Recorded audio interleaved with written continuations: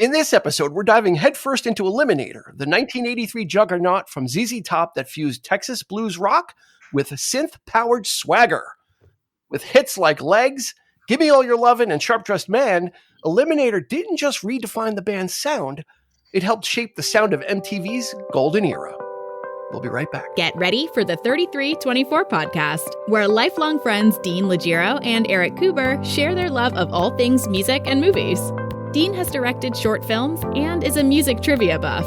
And Eric, trained in audio engineering, brings his extensive knowledge of music and film to the conversation as they discuss, debate, and celebrate their favorite albums, films, and much more. Welcome, friends, to the 3324 podcast. You did not hear anything that happened before that. All you heard was a perfect opening delivery. Yeah, that's how I'm going to hear it. That's how that's how it will be memorialized. That's the only way you can do it, Dean, is with perfection. Well, and so with the help of some editing software. Yeah. These aren't the droids you're looking for. And this isn't the mush-mouthed announcer that you're looking for as well. So welcome one and all to the 3324 podcast. If it's your first time, welcome aboard. It's great having you with us. We talk each week about the music and movies that shaped Eric and mine life. Eric and my life? Eric and mine lives? Our lives? I was going to say our, probably, right? Our lives is, I think, is our music lives. Of your mind. Music of our lives. And if you've made it this far and you're going to stay with us, we will get to music eventually at some point, Eric. Yeah. People are like, nope, I don't know about that. They're not even, what is this? Meandering hot mess. So let's get right to it, Eric. We've got a great album. Yeah. 1983. We've got a couple of guests with us. So returning, Mr. Robert DeStefano. Hello. How's it going? Very well. I'm fired up for this one. All right. I see. see, Eric, do you see what I see? I don't see a Godfather poster, but I see a cat scratch post. Yes. In his in the back of his video. You see it? Yeah, I do, actually. Yep. Yeah. Been moving things around down here. Yeah. Okay. All right. I thought you were going to say cat scratch fever poster, like a Ted Nugent poster. We don't talk about Nugent. He's persona non grata. Yeah. In these parts. He can go pound sand.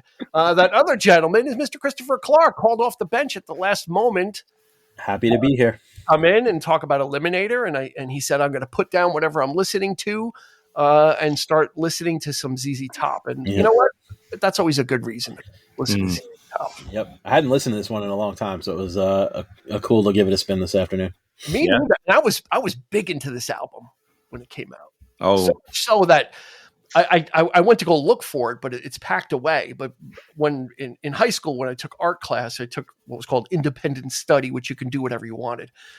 But before you did that, the first thing you had to do was make a portfolio to put all your art in, a big thing, and you got to pick what you did. And one year I just did ZZ Top.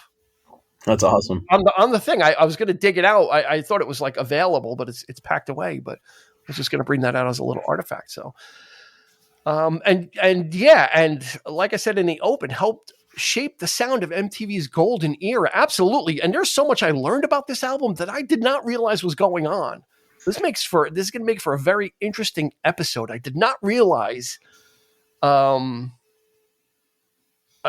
me put it this way. It did not give enough credit to this album, because you take ZZ Top as what you think, most people take the image of these guys wearing like these dirty mechanic outfits, with the beard and the glasses and doing all the motions together. And you kind of, it becomes a goofy thing, but that was tailor-made for MTV at the time. But what was going on with this album and what Billy Gibbon was going after was eye-opening to me. But before we do that, as we do with every show, we give you stats first off and foremost. We give you factual information to get the conversation started. So here we go. This was released in March of 1983, produced by Bill Ham.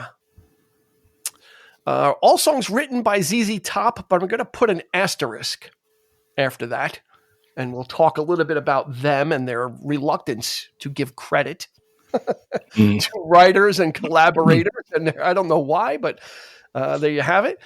There were 4 singles released from this album. Gimme All Your Lovin' hit number 37. Sharp Dressed Man hit number 56. TV Dinners, which I forgot was on this album. Yeah. So I didn't even excited. know it was a single. Oh my God, I loved TV Dinners. I don't know why I totally forgot it was on this album. Anyway, TV Dinners hit number 38, but on the rock tracks chart, did not chart on the main Billboard chart. And then Legs hit number 8. So all in all, only 2 singles out of 4 cracked the top 40 and one just barely. Right? Sharp Dressed Man, number 56. You'd think, well, no, that's like kind of everywhere. So anyway, we'll continue. It hit number 9 on Billboard. Here's a stat that blew me away. 11 million copies sold. I did not know that this was the monster. It's a diamond album, yep. That it was. Over 20 million worldwide. I thought we were talking 2-3 mil, which is decent, good for ZZ Top, and based on the chart activity of the singles. How do you sell 11 million copies but have one single crack the top 10 and the rest just basically die on the vine for all intents and purposes? I mean, they're an album band. I'm sure most of the people went out and just bought the whole record. I mean, I don't know that there's 11 million people that are album band buyers, though, right? Fair enough. Which we'll get to. Not discounting it. And then final factoid: they were 2004 Hall of Fame inductees, inducted by the ever-living walking zombie Keith Richards. Rob, I'm sure you knew that ZZ Top, and he inducted ZZ Top in it. Yeah, so, I thought that was a strange person to pick for them for some reason. I didn't. I don't know how that works. I don't know if the artist picks the person, or there's people that are interested. Like, oh my God, I want to induct them. I think the artist usually picks them, but okay. I could be wrong. I mean, what if they picked Keith Richards? Odd, though. Yeah, it's still a weird choice. Yeah. What if he's? I don't really give a shit about these guys, or who are they? They want you to induct them, so. Right. The other one that was always weird to me too was Flea inducting Metallica. That one never really made sense to me either. They're maybe those guys were friends, but yeah, Keith Richards is kind of, I guess, I don't know. Well, not for us to decide it happened. Well, Keith Richards is Eric Clapton's friend. Eric Clapton was a friend of Billy Gibbons and Dusty Hill. So the blues thing, I guess, it's sort of a that could be the through line. That's the through line. That's the community right there. And even though they were doing what they were doing, which pretty much everybody was at the time, playing with synths and all kinds of electronic stuff, So I mean, they were no strangers to that either. So I mean, interesting. And of course, Dusty Hill passed away in 2021. Let me go through the lineup before I go there. It's a trio. You got Billy Gibbons on guitar. You've got Dusty Hill on bass, and oddly enough, Frank Beard, the only guy that doesn't have a beard, on drums. He looks a lot like my ex-brother-in-law. Oh my God, my ex-brother-in-law! Back then, he looked exactly like Frank Beard. At the time, I was so he looks like my my late father-in-law. Kelly's dad looked like him. Same thing. See, he's got that face. And yeah. So he's got something about him. And then as Dusty Hill was dying, Billy Gibbons went to go see him, and Billy Gibbons said he grabbed my arm and said, give the bottom to Elwood, meaning Elwood Francis, their touring roadie. Give the bottom to Elwood and take it to the top. Meaning, continue, don't stop. So Elwood Francis has taken over. But before he died, they were the longest surviving lineup of any band in rock and roll history. The fact that they went from 69 to 22 without ever changing members. It was more than 50 years of the same lineup, which is unheard of. Do drum machines count as replacing members? He was still a member, right? He still played live and stuff, right? It blew my mind at the time. I didn't realize they had such history.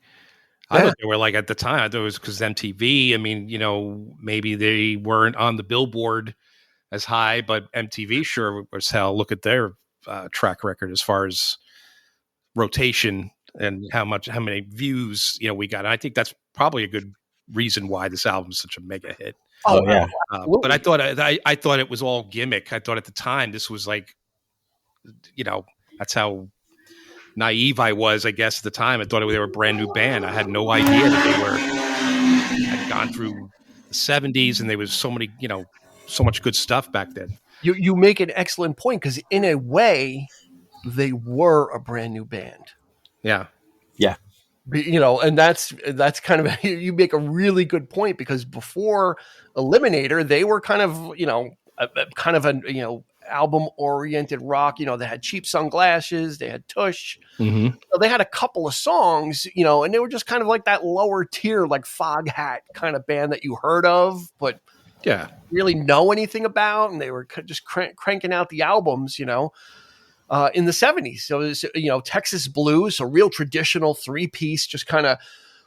I'm sure they were huge in regional too. In Texas, I'm sure they were like, they had their audience there, the bulk of the, so. Yes. Yeah, definitely had a following. Yeah. Lyrics tended to be on like the bawdy side, like kind of, a little racy, but fun, like tongue in cheek kind of stuff. Chris, what do you got?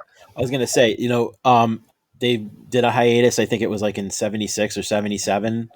And then they came back with that record. Was it Diguello or that album is kind of where, obviously not as heavy as like what you see with Eliminator, but at that point, that's when they started to bring in things like synthesizers and synthy and keyboardy type sounds. And it's not quite as prevalent on those earlier records, but it's almost like that record was the rebirth, and then the peak of that rebirth is Eliminator, at least the way I understand it. As I'm not as deep a fan of ZZ Top as other people are, but that's how I always like thought about their through line. And that's kind of, there's a documentary they made a few years ago that's on Netflix. If you pay for the commercial free version of Netflix, you can get it. It's a documentary that it kind of traces their history that way as well. Rob, where's Billy Gibbons on your guitar player list? Where does he land? Because I think we talked about it on our guitar, our Rolling Stone episode. It gets me angry because he is never mentioned when you talk about guitar greats, and I definitely put him in the top 10. I mean, he is a phenomenal guitarist, and I love his vocal too. He's a great singer in my opinion. He's got an interesting. I wrote that down. He has an interesting vocal style for a group that was playing blues, and actually, in the 80s, his vocal style did change a little bit. If you listen to something like LaGrange, it's like kind of John Lee Hooker impersonation. But when you get to Eliminator and some of that stuff, he has like this really soft vocal timbre. He's not like a growling blues man. It's kind of very light, almost kind of light and airy, his vocals. Agree? Disagree? Dusky. I would say his voice is somewhat dusky. It's got that strain to it. But not rough, but not gruff though, right? But like, not too gruff. I mean, he could be, when he wanted to be. But there's a little bit of that scratch in his voice, when he sings. So there's just enough there where you almost feel the dust. And when you watch those videos, you feel like the dust is getting, it's like on their beards. It's like, but it also feels like it's like he's thirsty, jackets. That's because it works. They're wearing like dusty clothes also. Yeah, but I'm saying it's like but it works. It's like the whole image, even the musically speaking, I thought was just the whole, they really sold that gimmick of what they were, pushing there. So it was effective. Which we'll get to. We have to spend some time on the ZZ Top music video aesthetic, because that was a whole formula as well, which I think drove the sales, because the chart activity of these singles does not equal 11 million copies. I don't care what you say. I think this is solely due to MTV and due to the whole thing. And for those of us that were around then, sorry, Chris. I was 4 when it came out. I was 4 when it came out. you were there, but dare I say, not very coherent. No, I will say the thing that got me was the car. That's what drew me in. I loved cars as a little kid. Yeah. And so I would, whenever that video came on MTV in my house somewhere, I would stop and watch it because I needed to see that car. Yeah. Well, what got me was the girls. Yeah, I was going to say the same thing. I'm sure 10 or 15 years later, I would have said the same thing. So. Yeah. everything. So we'll put that on the back burner. We will get to the videos. We will save that for the end. But to what Chris was saying, that ZZ Top did have a little hiatus in the late 70s, and around that time, punk rock was bubbling up. And then by the time the 70s were coming to a close, it was what the British new wave was happening, and Billy Gibbons was affected by that. He goes, "There's something there," this blows my mind that there's a Texas blues band, and the leader was so influenced by orchestral maneuvers in the dark and bands like that, that he's like, and then I forgot who he said it to. He's like, "We got to get our music played in dance clubs." I was like, yeah. It's just a weird, a strange story getting stranger. So I think it was, what's his name? I forget his name. I got to pull it up. It might've been Terry Manning, or it might've been Bill Ham, or it might've been Lyndon Hudson. One of them, maybe it was Lyndon Hudson. He started going to clubs and he started doing research. And he came back to Billy Gibbons and he said,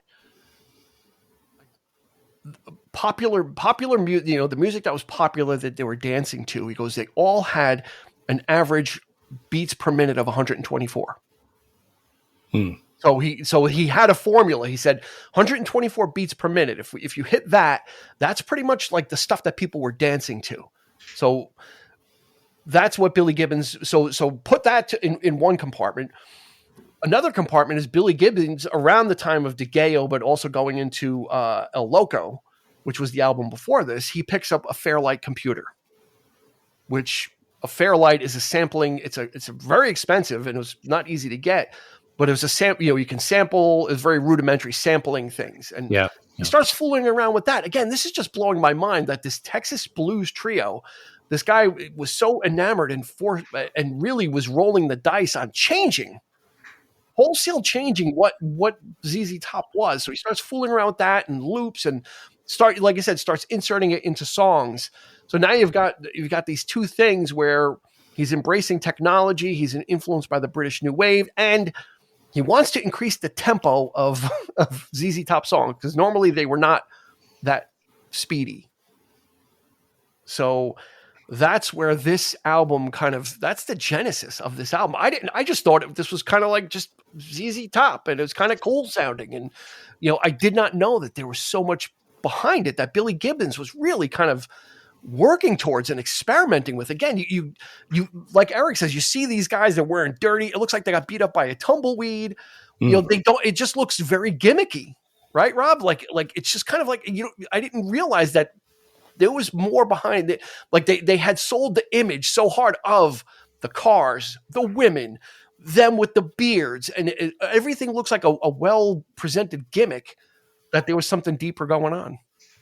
And you could actually hear it in all the tracks. All the tracks on this album, if you pay attention to it, all have like a driving beat. Even the slower songs. There's no how could I explain it? It's every song has that driving beat. It's like a pulse.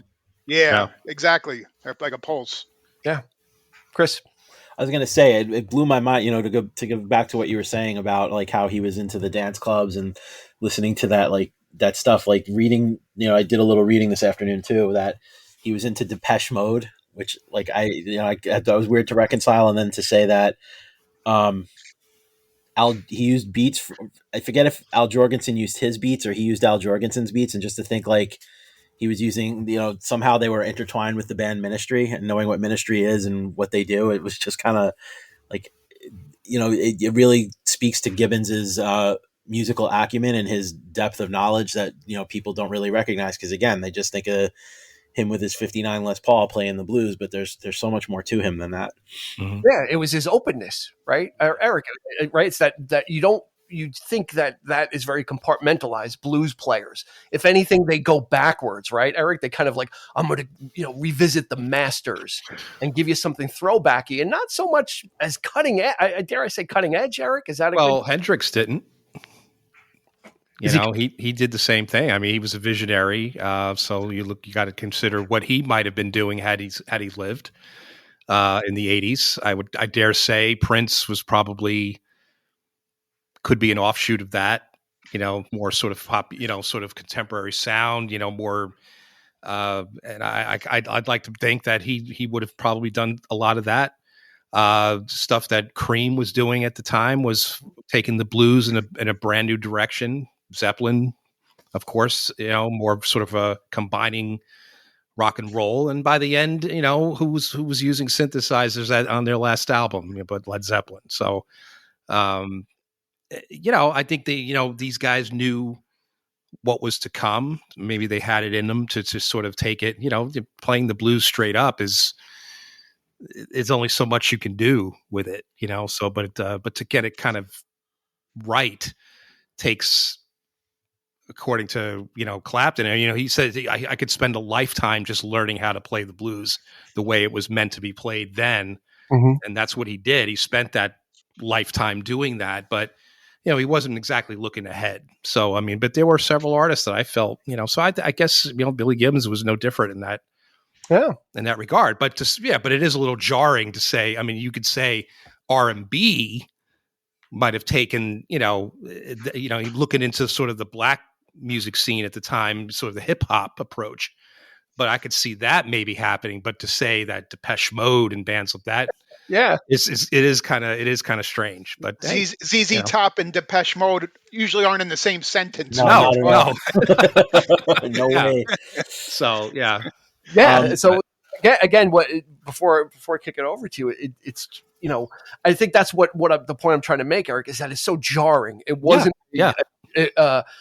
We're going to fiddle with this. It was like these guys were just a straight up dirty kind of blues, almost bar style band that, again, a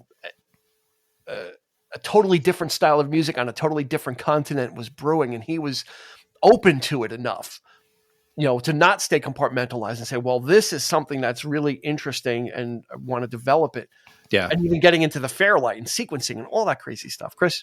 I was going to say, you think about the time the record came out. It came out in 83. So that's like kind of where, when I think about like a lot of those 70s bands, that's where they're really trying to figure out, well, where do I fit in the 80s and how am I going to make my sound work for, this new generation and all these different sounds and sequencers and all the new technology that's coming out. And I mean, if you really think about it, like, to me, when I think about Eliminator, I feel like they were able to fit the 80s into their sound better than a lot of other bands. Because like, as I agree, different and as forward thinking as Eliminator is, if they were to play the songs from Eliminator live with like Just Got Paid or Balinese or Tush or any of those sounds from the 70s, it's not like it's this like jarring split. Like I feel like they molded that movement forward into what they did really well, and to me it's a lot more seamless than it is in some other cases. It can be adapted. Dean, you hit it on the head when they said they were looking to make this music danceable, so that really must have been first and foremost on their minds as well. Sort of, you think about even in like, country music now, they got the line dancing and they got, some country music now is that progressive in that sense too. So, but yeah, just sort of, taking that and doing what they were doing, I thought was phenomenal. I never realized, I just thought that this was the new sound of that kind of Americana type Southern rock band, like, just sort of this, they're embracing this technology and using it really well. I never not liked the fact that ZZ Top used synthesizers and drum machines and such. I never understood why they would use a drum machine when they have a drummer. Yeah. But to sort of enhance it and just sort of keep that that pulse, as Chris pointed out. Yeah. But yeah, so I don't know. It also comes across as genuine. It's not like it's like this half-cocked thing. Like, exactly. Kiss in the 80s was like, we got to mimic, Bon Jovi and the hair metal bands because that's what's going to sell records. I think they did this because this is just the path that they thought would be cool to go down. I don't necessarily know that they expected to go make a diamond record. I think it's just what they wanted to do. So it doesn't come across as like half-cocked or contrived in any kind of way. Right. Yeah. They stayed true to themselves, even though they changed a bit, they still, the underlying thing was still ZZ Top there. They didn't go too crazy, I think, but I'm sure Top was still the foundation there. I'm sure they had certain fans though that were more purist, and they probably didn't like where they were going. But that's what I was getting to, is actually that a lot of the fans did not like this. This was they were a lot of the ZZ Top fans were like, this is not anything like the music that we're used to hearing. You from that camp, this was a sellout.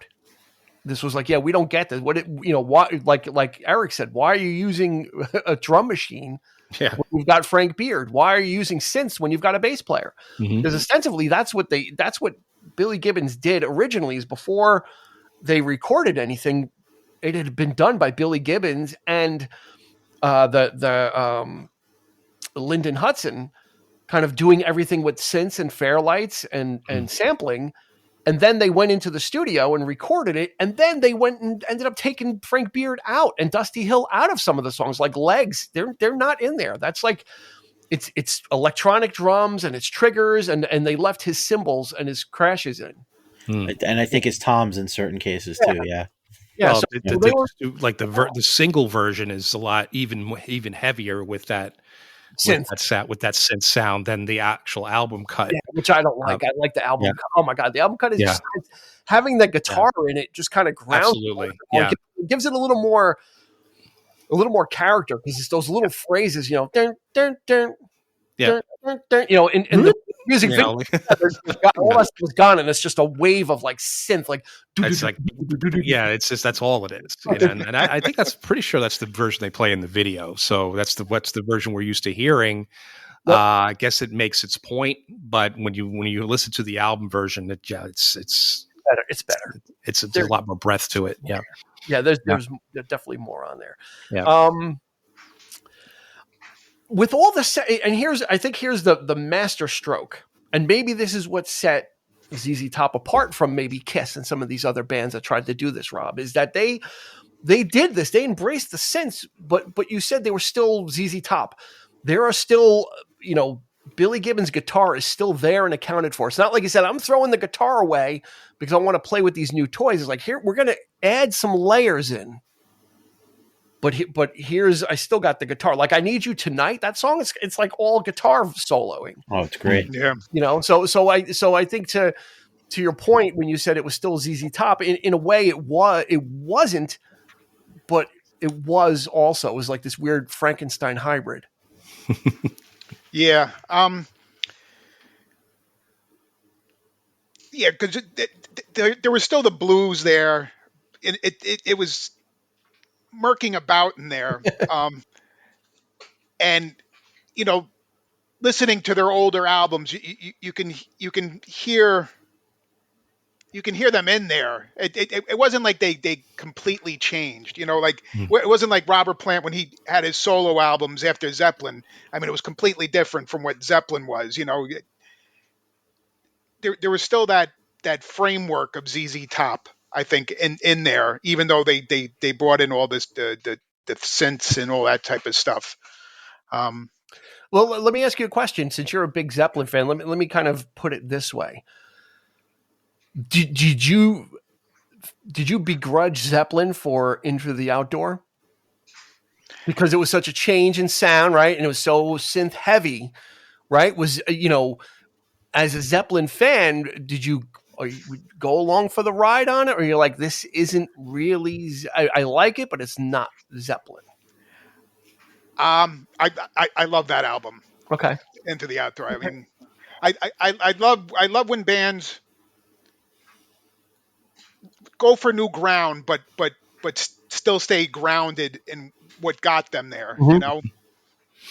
Even though in through the outdoor was different, you still had Jimmy Page's guitar, you still had Robert Plant's vocal, and that's the same with ZZ Top with this album. Like, I mean, my favorite ZZ Top album is Tres Hombres.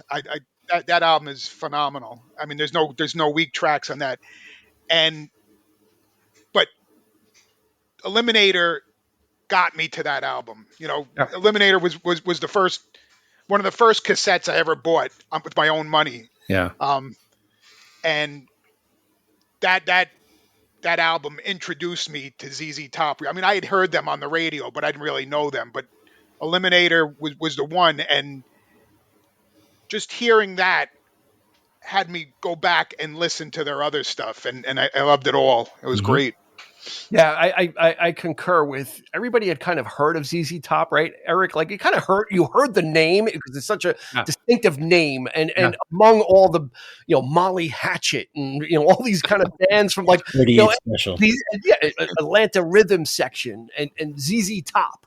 There's just kind of all these bands that you may not know, but you hear the names or you see them on a shirt, or you see an album at the library in passing.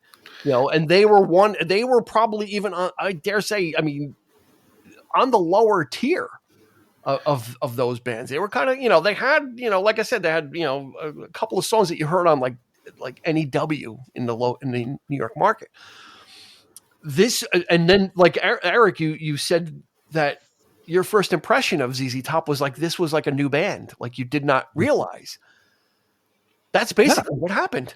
Is they kind of reconfigured what they were doing, and then climbed the ladder of just being, knowing exactly how to be cool, just how to make that work. It was just, I guess a lot of people would call it selling out, but just the whole vibe of the whole thing was just, it was funny, it was, but just good stuff, man. I mean, it's just really good. It really got you going. It really, you really loved the videos. They really knew how to embrace that era, that decade, especially that, the early years, subsequent albums, they would kind of continue to do that. Drive it into the ground. Yeah. And just sort of, not double down, triple down on it. Yeah. Right. Go to so the it did kind of get, Didn't at one point they even get a new car? Like, there was like one record at the end of the 80s where they changed the car to like a black car. Then it turned into the friggin' space shuttle. They turned they turned the ZZ Mobile into a spaceship. Yeah.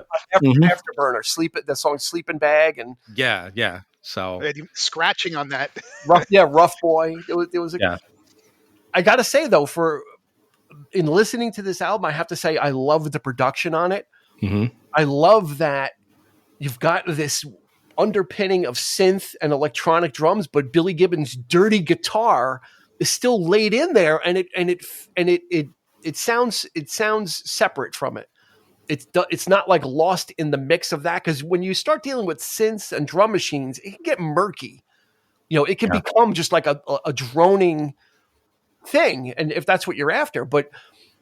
In listening to Eliminator, the production is crisp. Like, even just the drums sound, even though they're electronic, they sound nice and crispy, and that guitar still retains its dirtiness. Like, it didn't lose its identity.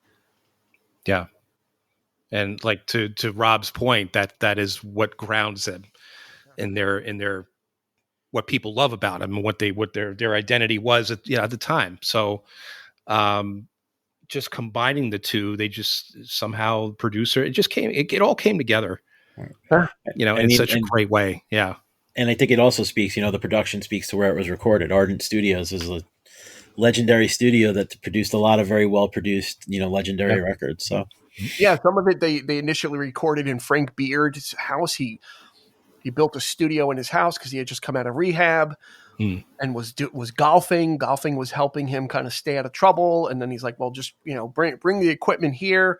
We can kind of work the stuff up. So they were kind of working it there. And then they went into the studio and did it. And what's his, Bill Ham has worked with them since the beginning too. So he kind of knows the band, kind of, it's usually it pays off when you have a producer that kind of understands the band. And he was along for the ride too. So he was not resistant to this. Sometimes you get producers that are kind of like, that have been with the band for a while, and then they want to do something what different. We know, that kind of thing. There's that pushback, but that's when usually they change producers, is when they want to move forward. But this guy seemed to, perhaps he was looking around the landscape too, or soundscape, and saying, hey, we need to change, we need to do something different, shake it up. So I think, Rob, what really, let's be honest, what did ZZ Top have to lose? That's true. It's not like they were, on top of the world. They were a band that was making money. I mean, their albums went like platinum, gold, like 500,000 copies, which isn't bad. That's, you're doing okay. But if you're going to take the shot, you got to, I guess this was kind of like go big or go home. Yeah. I think it was, everything sort of coalesced perfectly for them, between like MTV being around, them getting onto that, them embracing the synthesizers and stuff like that, but keeping the guitars, and it all sort of came together perfectly at the right time. It's like something about maybe like that era, 1983, that era right there. That their sound fit in perfectly with that. And to this day, when I think of early 80s MTV music, they're the first band that pops into my head. Oh my God. Always. I always first look band. forward to seeing that, Legs.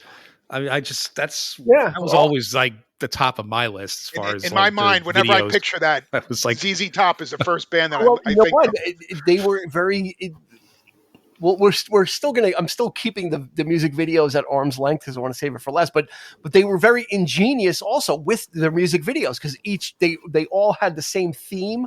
Mm-hmm. So it was like watching, you kind of, it wasn't like, oh, they made this video. Like all these videos are iconic because they're very similar, except for TV Dinners, which was, they made 4 videos, right? They did Gimme All Your Lovin, Sharp Dressed Man, TV Dinners, and Legs. TV Dinners was the only one that was directed by somebody else. And after they did it, they went back to the guy that did the first 2 videos, and they begged him to come back. They're like, you please just come back. And he didn't want to do anymore. He's kind of like, whatever, and he's like, I'll come back, but you got to give me, like, you got to pay me, so which the last video was like Legs, which is like the apex of like, of like the ZZ Top. Like you could see in, I think Sharp Dressed Man was the first one, and then Give Me All Your Lovin' was the second one. And you see the idea is developing, and ZZ Top is the image of ZZ Top is being honed, because in the first one they're kind of just doing it, and it's a little goofy. By the time you get to Legs, they are, they have the guitars that spin, and that has become an iconic image in music videos. Just that clip of them with the guitars that spin, the car. The woman, the guy, usually there's the nerdy guy that is just kind of like gets caught up, and like these women just kind of drive up and just start taking him over and kind of pushing him around, and then Legs kind of took that and flipped it with the girl. Who was the plain Jane. Yeah, she's the one who pushed around, and they come and they kind of Cinderella her. Kind of what ZZ Top, more or less, the whole image of what they did is to change, is to make go bigger and more glamorous, if you will. I guess embrace that rock and roll like life, and sort of. I don't know. I thought it worked. At the time. Didn't they offer the guy a bonus, like for ever so many copies that the record sold beyond? Yes, it's something they gave him a bonus, right? Because that's how they got him back. I think he wanted a percentage, and they're like, we're not doing that. But for every 250,000 copies, that was it. Yeah, we sell. You'll get. He ended up making more money. And the thing with the women, how the women came up, is very interesting, because they started making videos, and the director was like, "You guys are not good looking. So we need." That's wow. Said, we need women. Like that. That's the rub, isn't it? I mean, the fact that ZZ Top could just sort of have attract, and they're sort of their, I don't know, what exactly were they to them? They're kind of like force ghosts, I think. Yeah, they're like spiritual, they're like a Greek mentor. chorus. It was kind of strange. They were like a harem to them. Or, I don't know. It was just, or were they them? I think that they turned into women, like just to. I don't know. It's just kind of odd, but guy, because in all the videos they always end up like giving him the keys to the Eliminator.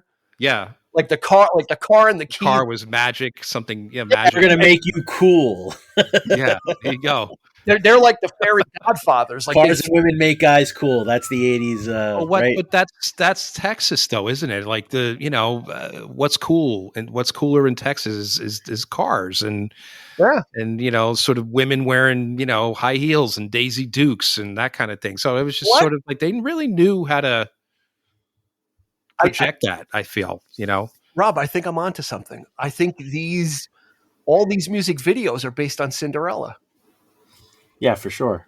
Because you have the ugly duckling, right? You have the three women. They're not necessarily the stepsisters, but ZZ Top is like the fairy godmother, right? They kind of like give him the keys to the chariot, and then the Eliminator rolls up, and then he becomes like a king. And then at the end of the video, they end up chucking him out of the car, and he goes back to like his old mechanic life. Yeah. So this, I think they may have like taken like Cinderella and just kind of made it in the 80s. Like here we've got a souped up car, which did belong to Billy Gibbons. He still owns it, but he donated it to the Texas rock and roll, Texas, whatever, hard rock or whatever, wherever it is, or maybe it's in the Rock and Roll Hall of Fame Museum in Ohio. I think it's in Ohio, actually. Yeah. So he still owns it, retains ownership, but he did donate it. I think the videos, since we're here, the videos, I squarely believe is what did it. I squarely believe, because at the time it won the MTV Video Award for Best Group at the time, which again, that was when that meant something. That was like a big thing. Like Rob, you remember like the MTV Awards was like a big deal. Yeah, right. It was like the Grammys. Like it was appointment viewing, man. Yeah, it had that prominence. Yeah. You know what though? With the videos, with the gimmicky thing, with their beards, their glasses, them doing the, all the guitar spinning and all that stuff. As campy and kooky as a lot of that seems, it would never work unless there was good music behind it, and I think that's what helped it be from something silly and campy to something cool, because I mean, Billy Gibbons is a cool guy. I mean, he's but the musicianship behind all that, that's what keeps it all grounded and keeps it from becoming ridiculous. It makes it cool in a sense, Yeah, I think they realized where their strengths and weaknesses were when it came to the videos. So let's not we'll be in the videos, but give us something cool to do, and we don't have to be in it the whole way. And the videos are, like I said, they're spinning the guitar, and we remember that, but that translated into people walking down the street to the record shop. Yeah, 11 million plus, and specifically, I think younger people.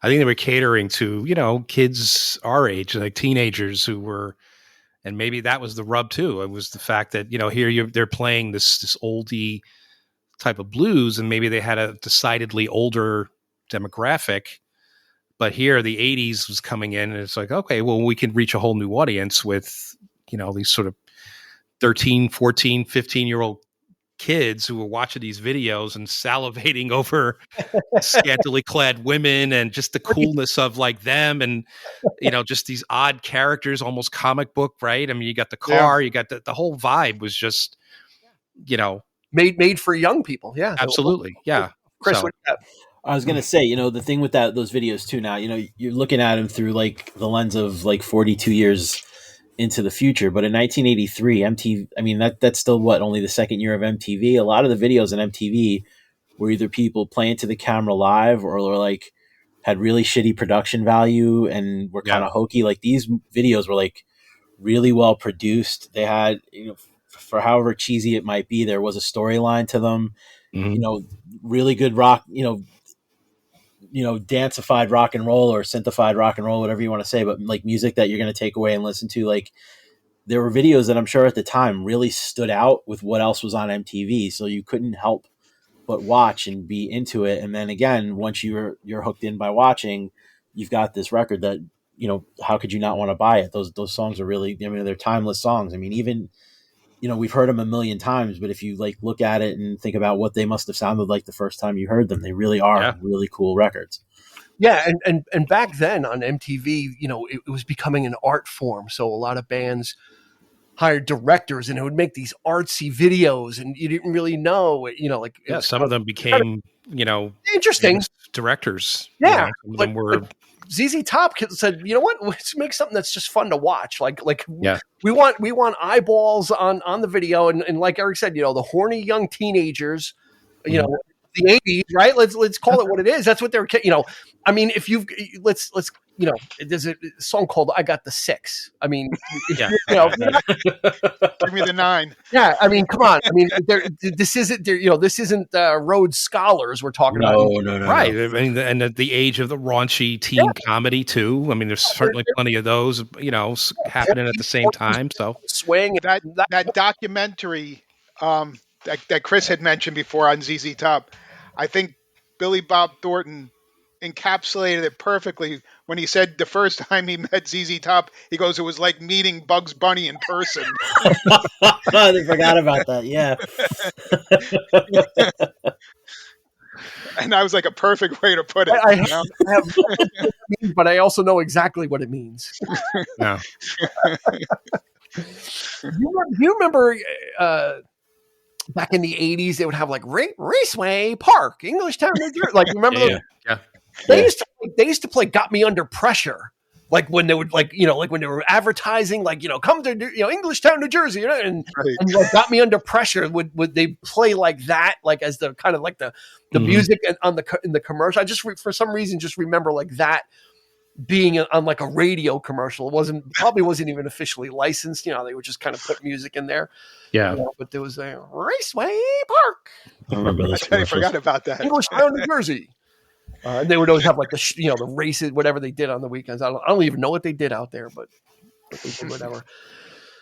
TV dinners.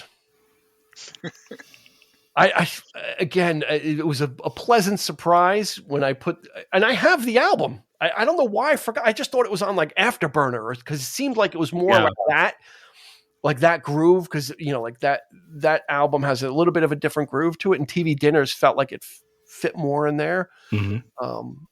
So listening to that again, there's a nice, there's a lot of up tempo stuff on here, but there's just I Need You Tonight and Thug, TV dinners. I mean, there's just a lot of good, also non-album tracks. I mean, this has enough hits on it that it's going to get you through. It's one of those albums that you can just kind of wait long enough and you'll get to another song that but like even a lot of the filler is strong enough. There's maybe a couple of clunkers, I would say. But Rob, what do you think? Is this all filler, all killer, no filler, or?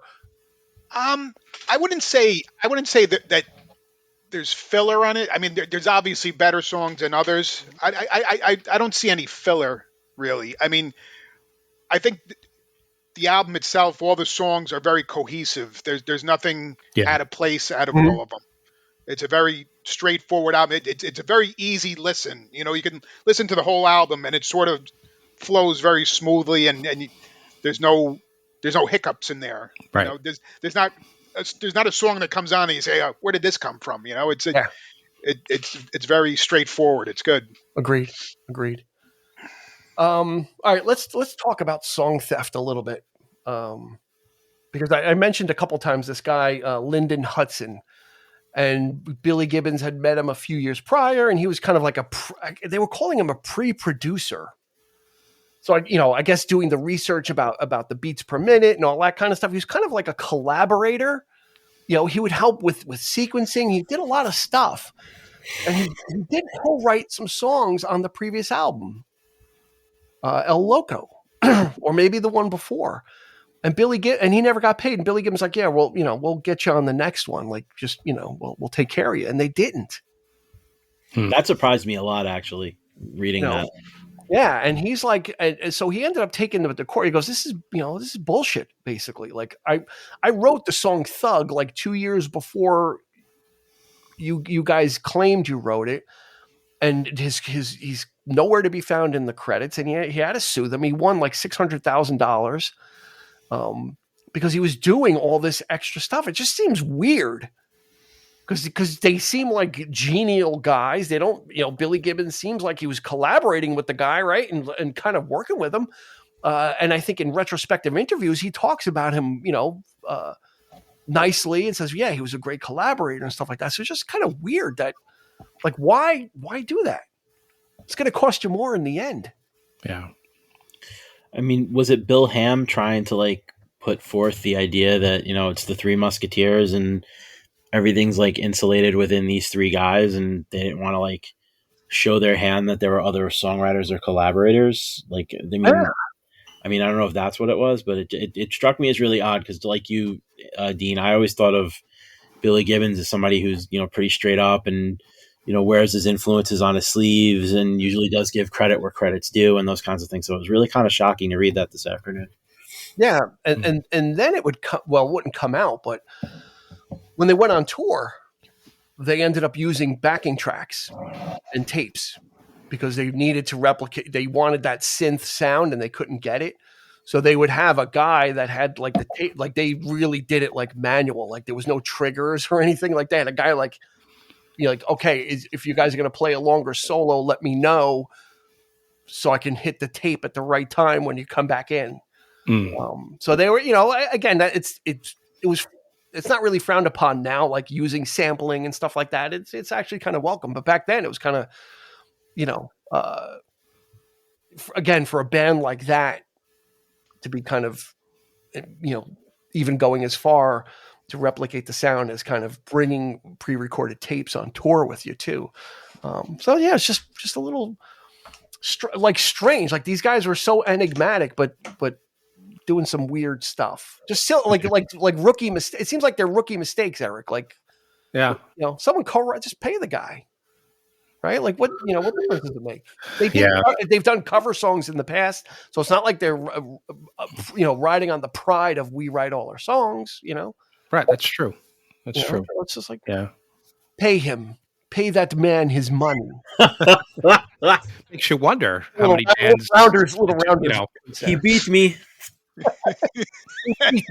Right up. You start to wonder whether or not other artists do that as well. How much credit is given to. I know. I've experienced when I went to school back in the day for recording. There was one of the courses was copyrights and songwriting and that kind of thing was one of the classes, and the guy claims that he wrote an Eagles song, and it was "Lying Eyes." He goes, "I wrote that song." He goes, "Of course, it doesn't sound anything like the way they did it." And when I'm kind of looking at him, like, really, like and of course, there's never been any mention of anybody else writing that song with them, Glenn Fry, and if anything, it's probably Jackson Browne or somebody like that, like those names. But this guy was like, who is this guy? He was like this, Italian. I think he was like Italian Jewish guy, like had a real heavy accent. Like you'd never picture him writing a song like that. But of course, he wrote it as a more of a sort of a Billy Joel-esque type vibe, I guess. And that kind of makes you think. That's what litigation is for, then, right? Yeah, right. And that's exactly what he was teaching. So, one of the greatest song thieves, Led Zeppelin. Yep. Rob. You know what? They did it good, though. If you're gonna steal from the best. Just go all the way. There you go. Just do it. But the ZZ Top would ride this wave. They would crash this wave into the end of the 80s, where they definitely took if this formula works, we're going to replicate it as much as we can formula. Whereas sometimes bands, when they get a hit or something, like, well, we need to move off this and do something else. ZZ Top was like, this works. We're riding this plane down until it crashes, you know. Yeah. Where you got like it was Afterburner and then Recycler. Yep. Right. Because then they did that song for Back to the Future. Mm-hmm. Right. They were in Back to the Future 3. Yeah, yep, they were. Did the instrument spin and everything in the movie? Yeah, because I was like, okay, they have reached like saturation. Yeah. Yeah. You know, and like Antenna was like the last one I think that had any kind of hit on it. It was the one after that. Yeah. Yeah, it was Recycler. What was the song? Oh, it wasn't. It was Double Back. Double back. Yep. Yeah. Got to double back again. I mean, it sounds great. I mean, this stuff is still good. It's infinitely listenable. I mean, that's the great thing. What it did though is it kind of dated them. You know, this stuff is squarely from that era.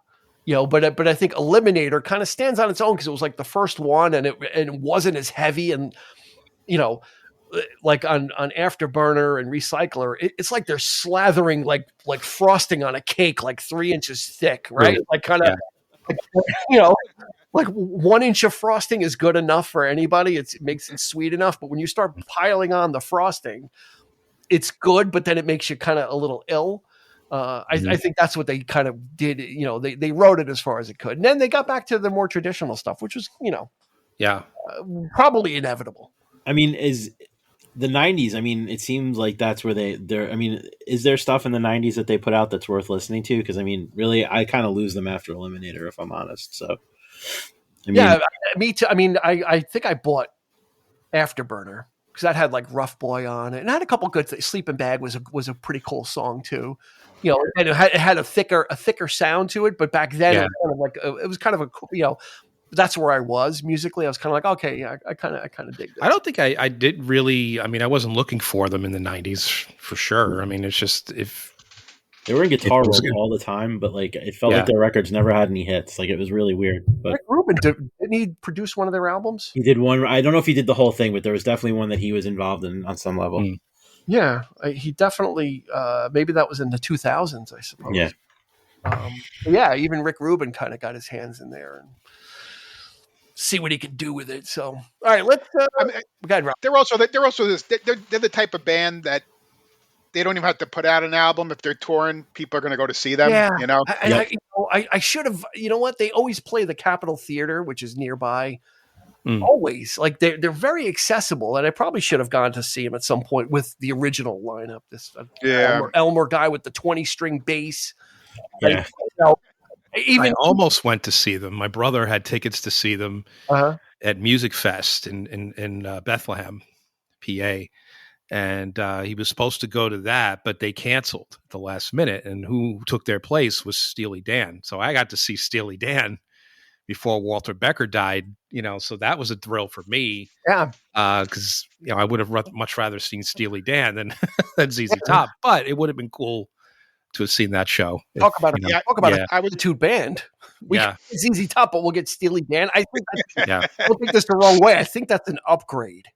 And again, sure. You know, like you said, you know, it's apples to oranges, but I think Steely Dan would be like kind of. And that was the tour that I think was the anniversary of Asia. So they played Asia from top to bottom right before. Yeah, they played the entire album. Yeah. Yeah, I mean, that was a good show. Yep. Rob, what were you going to? You had something? No, that show at the Capitol Theater. I was going to go to see them there, and I found out about the concert late. And by the time I was on there, like the cheapest ticket was like $400. Really? I was like, oh, I'll try them again another time. Yeah, they still, you know, they're playing smaller venues, like most of these legacy bands are, but they're still out there. Yeah, Billy Gibbons is what, mid-70s, you know, 74, 75, somewhere around there, still going strong. They got this Elmer guy, like he brought out a 20-string bass for one show as like a lark, which is unplayed. If you ever seen a picture of this thing, it's just the most disgusting instrument I've ever seen. It's huge. Yeah. Ugliest thing ever. So he played it and he thought it was just like doing it for like the goof, and it became a thing. He's like, now I have to play this fucking thing every night and I hate it. Like, I hate playing this instrument. Monstrosity. I have to now because it's become a thing. It's like, all you got to do is stop it. If you stop at one show, people will get over it. They'll be like, Dusty Hill passed away in 2021. So that kind of, put the legacy. Where do they, let me close with this. We'll go around. We'll start with Chris. Where did ZZ Top land in greatest trios in rock and roll? I don't know. I mean, like, there aren't many. So more than you think. I mean, like, when I think of trios, that's usually them, the Police, and Rush are the three trios I usually think about first. ELP, Cream, Triumph. Right. Well, yeah, Cream. Jimi Hendrix Experience. What's that? Yeah, Jimi Hendrix yeah, you know what? Yeah, maybe they're definitely not above Cream and the Hendrix Experience. That's for sure. But like, okay, like lower to mid tier of the lower. I mean, middle to upper tier of trios, I guess. Below the Police. Below the Police for sure. All right, we'll use the Police as the mid watermark. I'm sure everyone's probably going to say, "Oh, Rush is the top," so we'll leave that assumption there. So I don't know. I feel like the Police and Rush are kind of like. Okay, I was they share the top as far as up on the list for me. Yeah, too. I would think the both Police and Rush are towards the top. I was trying to be kind to Rush fans, but for me, it's not that way either. But I was trying to give it like Rush, like, okay, they're probably, most people would put them up there. So Rob, where is ZZ Top in your list of trios? I mean, I think as long as they stay in their lane with the Texas blues type of music, I think that's their bread and butter. That's where they shine. I mean, they're probably not as diverse as like a Police or like a Jimi Hendrix Experience or Cream or something like that. I would put them maybe midway, I guess. Okay. Yeah. All right. Before we get to Eric, let me just roll down some trios. I think Chris is going to be like, "Oh shit!" Like, yeah, no, you know what? I was the first one to go, and I'm like thinking what trios, and that, yeah. Going to be like, why did I say there wasn't that many? Yeah.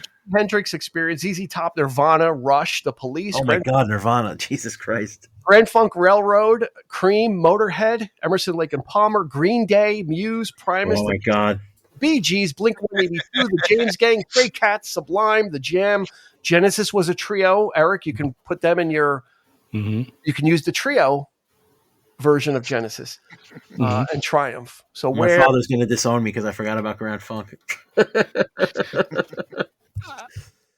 ZZ Top for me, I didn't really look at them as necessary. I mean, yes, they're a trio, but each member felt like a more cohesive unit, whereas most trios are distinctive musicians. Like the Police, they have their own distinct personalities, which of course clash at times, but they made some great music as a result. I think Rush, you could say the same.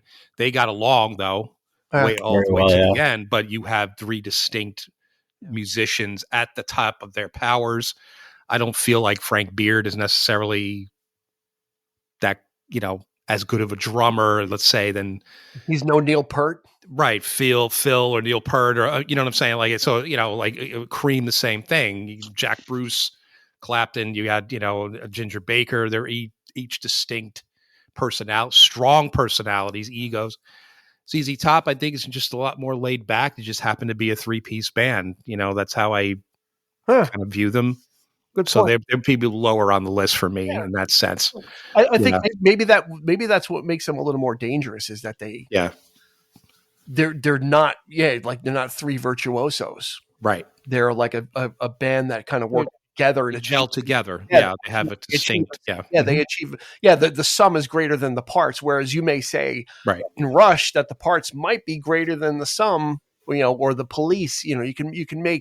You can make cases for a lot of those bands. You can make a case for Cream too that the the parts might be better than the sum in some cases. But with ZZ Top, it's kind of like, these guys play together well. The image, everything matches. Like they're all on the same page with it. They're all on board with it. It's kind of like they're more akin to like Three Musketeers, not the candy bar. Yeah. But the literary Nirvana, I mean, Kurt Cobain stood out high and tall. Right. Who were the other two guys again? Like now Dave Grohl. Dave Grohl clearly asserted himself. But exactly. And that's the thing though. Like I was just gonna say, so like with those bands, it's almost like with like a Rush or a Cream or a Police, like in some way all three of the guys contributed equally. And again, I'm not as down the wormhole ZZ Top as some of the other bands I'm into, but like it always felt like Billy Gibbons was, especially if you look at how this record was made particularly, it seems like Billy Gibbons drove the ship and the other two guys just went along for the ride. So like Billy Gibbons, I feel like would survive on his own without the other two guys, but the other two guys, would we be still talking to them if not for Billy Gibbons? Good point. Yeah. Friends to the end, probably just good blood brothers type of thing. Well, so something to consider there. I think. What do you think, Rob? Any closing statements on ZZ Top as we close out the episode? I just think that whether you like him or not, Billy Gibbons, he needs more respect as a guitarist. I always come from the guitar. Because you never hear, when you hear of a great guitarist, you never hear his name mentioned, never, and I think that's it's robbing him because he's definitely up there. Yeah, it's in there on this album. I think it's a little easy if based on people's assumptions of ZZ Top that there's not a lot of guitar there, but if you sit and listen to Eliminator, it's there and accounted for. It is present, and I'm glad that they didn't go the full like, oh, we're gonna just totally like Kiss, we're gonna totally go disco, we're totally gonna do this. It's like we're gonna use the elements that make sense to us that really work for us, and we're still gonna kind of put the ZZ Top layer on top of it, and that's thankfully they didn't go hair metal. So, they went beard metal. There you go. So I think that's going to do it for this episode of the 3324 podcast. Eliminator, I think it had a 2008 remaster or something like that. So that's what's out there on the streaming services. I bought the re-release of the album. It was in like a bargain bin for $10 sealed. I'm like, I'm taking this home with me. You will not stay in this bin any longer. Eliminator for $10, even though I'm not a big like reissue guy, but I'm like, this is coming with me. So it's definitely definitely nostalgic. Definitely of its time. It is certainly not a timeless album. It's timeless in its probably in its influence or what it meant at the time, but it's squarely the glorious MTV 80s. It's a great listen. Yeah, there was nothing like coming home from school and putting on MTV and like Sharp Dressed Man was on, or the cars, you can see it coming down the road with the heat coming off and it's all like, it would be the cars coming and the girls jump out and they start pushing people around, pushing guys on the front. Did the reissue have any kind of deluxe edition? It would have been nice to have like a Blu-ray or DVD of like the videos as well. To go with it. That would have been a nice companion piece. That's what really sold me on getting the album was those music videos, which not a lot of that wasn't the case with a lot of bands at the time. So those videos are like a warm blanket just to keep you cozy. Yeah, absolutely. I watched them in order today, so I watched them in like release order, and it was very nostalgic to kind of watch that and just watch how they were absolutely pandering. Yeah, the horny young guys like they. That was the 80s. They knew their audience. They knew the demographic and the women, and the guy was the underdog, and then he got he was pushed around by everybody, and then the women come and take him away, and then they drop him off the next night, and he's all disheveled. They don't know what the hell happened to him. Yeah, he's like all like in a daze, like he doesn't know what the hell went on. But it was certainly of an era, and it's certainly an era that we invite you to go take a trip through it. It's a great sounding album too, like I said earlier. So I think this will check off, a lot of boxes for a modern listen where it doesn't sound dated. And dare I say, Eric, experimental. Oh, absolutely. Yeah, 100%. Not something we would ascribe to ZZ Top, but I dare say an experimental album, which I would, before I done my deep dive, I would have never have said that myself. I was like, what are you talking about? Yeah. What's so experimental about a hot rod car and, guys in beards with dirty clothes? Like bums. The applicant is a bum. But now they're like, if you see him like in recent years or in the last 20 years, even sequin jackets, the white pristine, like big cowboy hats, like everything is just, in comparison, it's just like, it's watching those videos. It's just hilarious to see. Yeah, it was an absolute look for them. And it was an absolute, but it worked. Manufactured thing, and it totally worked with them. So, so go check it out. Christopher Clark, thank you so much for jumping in on this one. I know, I had a good time, and thank you for offering me the invite at the last second. That was great. I appreciate you coming in and just supporting Rob in case if he couldn't make it, he was on the cusp. he gave me the nod that he was going to make it. So I'm like, yeah, let's, it's fun to have a full house. So, Rob, thank you so much. Yes. Thank you. Well, see you guys. Yep. Eric and I are going to be here each and every week, bringing you the best in music and movie podcasting. I haven't said that in a while, but I haven't forgotten that it's true. So the only way you're going to find out is to go listen to some of our back episodes and check out all the great music and movie episodes we have with Rob DiStefano and Christopher Clark, guesting on a whole plethora of those. So but we're not going to tell you which ones. You got to find out. The only way to do that is check them out, listen for yourself. So for Chris, for Rob, and for Eric, this has been Dean. We will catch you on the flip side. You've been listening to the 3324 podcast with Dean Legiro and Eric Kuber. You can find us on your favorite podcast provider, so please like, subscribe, and rate to become a part of the 3324 family. Your feedback is important, so make sure to follow us on Instagram and Facebook at 3324 podcast and on Twitter at 3324p to join the conversation.